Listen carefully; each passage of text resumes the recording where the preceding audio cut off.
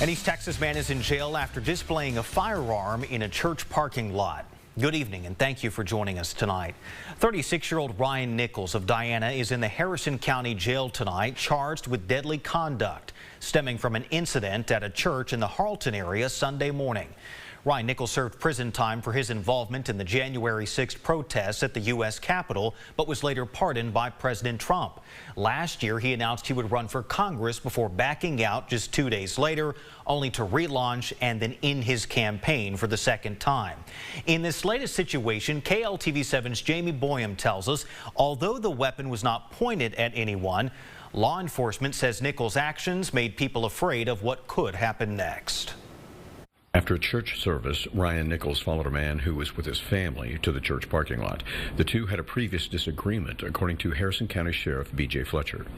The guy asked him to leave him alone several times or go to his vehicle. The sheriff said Nichols did not go to his vehicle. At one point, the guy had finished putting his kid in the back seat. The man walked around his vehicle to get inside, walking closer to Nichols. Ryan Nichols took a step back, apparently pulled his shirt up, and displayed his weapon and then grabbed his weapon and made the statement he was in fear of his life.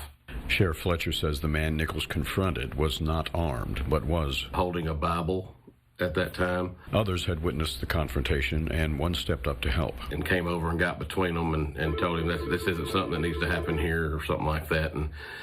And they left. Fletcher says Nichols did not draw the weapon or point it at anyone, but he did more than enough gesture to put you in fear of your life. That constitutes deadly conduct. Those people are obviously scared of him and did think that he was wanting that to escalate to another level. And luckily, the bystanders stepped in and it did de-escalate itself on its own. 2 Harrison County deputies arrived at the church, and after talking with those involved, Nichols was arrested and taken to the Harrison County Jail. Jamie Boyum, KLTV 7 News. Now, Sheriff Fletcher says Nichols also faces a harassment charge out of Panola County and says there could be another Harrison County charge pending.